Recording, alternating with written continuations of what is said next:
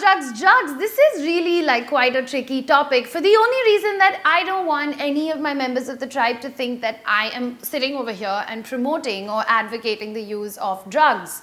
And I also feel that generally most people assume that drugs comes under this one big umbrella, and probably the only reason for that is that the only thing that they've ever seen is people getting high on alcohol. So if there's a person, a man or two men rather, one guy's high on vodka, the other one's high on whiskey, they both probably are drunk. While at the same time, if you've got a bunch of people that are high on different kinds of drugs, somebody's high on MDMA, another person on cocaine, another one on LSD, and another one on DMT, then they probably don't look the same from the outside, and what they're experiencing from the inside is also very different. A lot of global leaders have turned around and said that the war on drugs pretty much has failed, because scientists today are also saying that the benefits of some of the drugs actually outweigh the dangers. And that's why this week on The Whack, I just wanted to sit and explore the different kinds of drugs that exist, the effect that they have on you. And a big thank you to all my friends who have shared their experiences and educated me on drugs so that I can share it with each and every one of you in the tribe. Saridon, crocin, neosporin, caffeine, all of them have a certain effect on your body and your brain. And when you consume these, at the same time, there is that certain chemical effect that takes place in your body.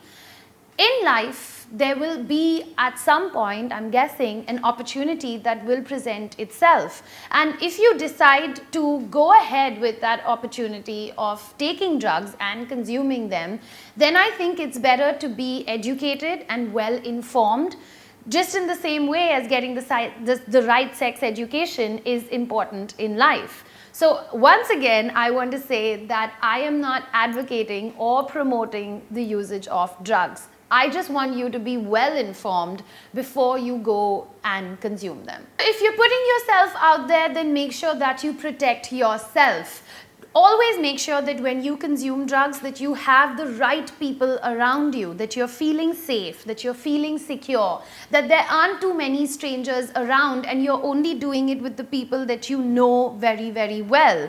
Of course, doing it outdoors would always be way better than trying to consume any drugs in like a small dingy room or a club for that matter for the first time that you're ever going to do it. Broadly, drugs fall under three categories. You have your uppers, which is your MDMA or your ecstasy. You have your downers, which is your Xanax or your opiates. And then you have your hallucinogenics, which is LSD and mushrooms. So here's what some of the pro-tripping lobby has to say on the usage of drugs. Timothy Leary actually was one of the biggest advocates of the usage of LSD for spiritual or therapeutic usage. And he sums it up very beautifully with this one quote where he says that the language of God is not English or Latin, but the language of God is cellular and molecular. And everything inside us operates only at that level. And at the same time, there is this guy called Alan Watt, and it's a pretty long quote, so I'm going to actually read it for you, where he says that the psychedelic experience is only a glimpse of genuine mystical insight, but it's a glimpse that can be matured and deepened in various ways of meditation, in which drugs then are no longer useful or necessary. If you get the message, hang up the phone. Psychedelic drugs are simply an instrument like microscopes, telescopes, or telephones. The biologist does not sit with his eye permanently glued to the microscope. He goes away and works on exactly what he has seen.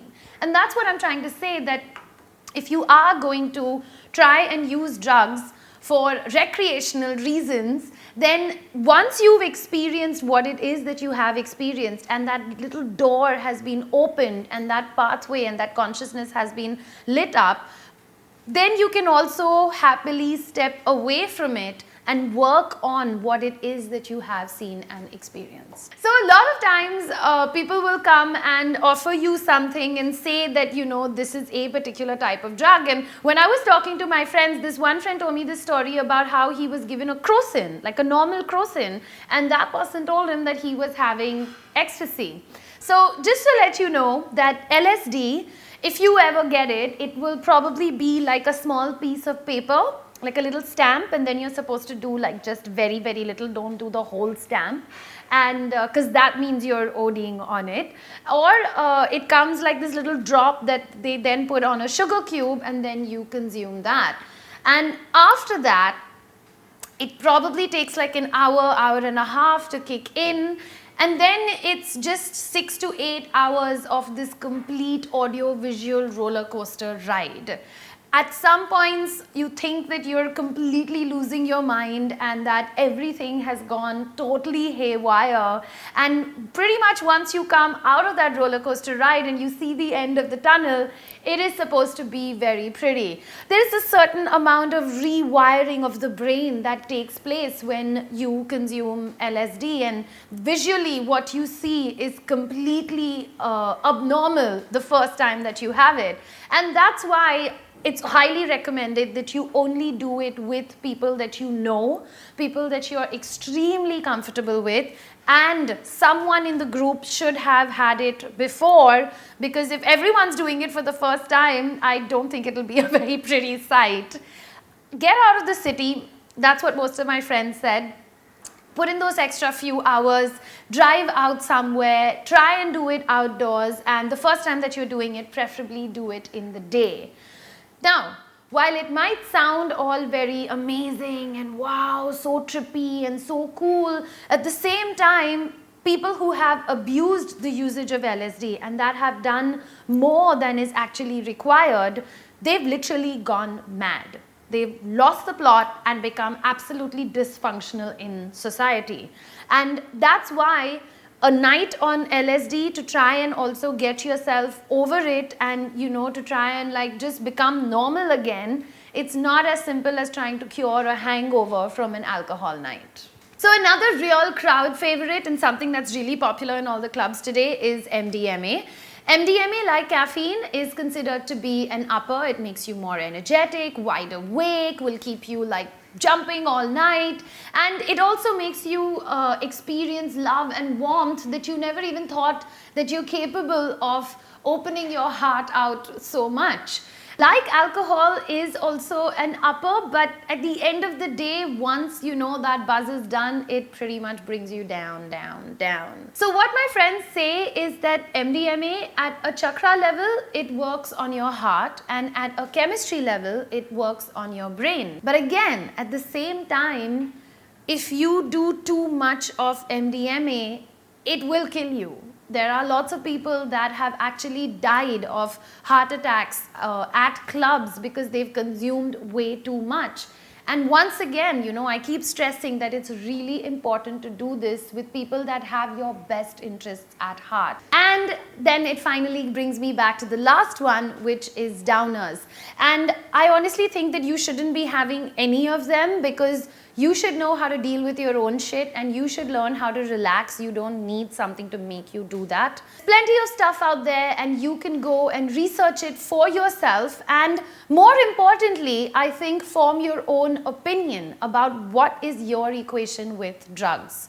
It's a very popular line that all of us have heard where we say that don't let the drugs control you. You can have a certain amount of control over them. I know a lot of very, very successful people who consume drugs for whatever their own reasons are, and they know their limitations and they know when they can say yes or when they can say no.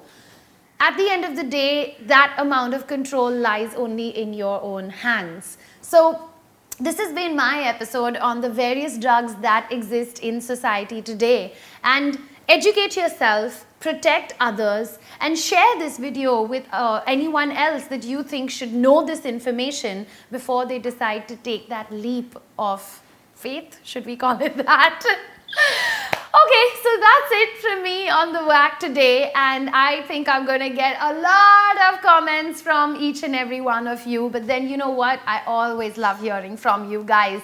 I'll catch you again very soon. Till then, like, comment, subscribe, and share this video with all your friends. Ciao. Our minds are constantly consumed with that endless list of things and the thoughts, and whether you know it's meditation or yoga or whatever it is that you practice. So these are all the film industries of the world, and if you see, all of them end with a wood, some really funny ones over there. But the Iranian, the Russian and the Turkish film industry don't.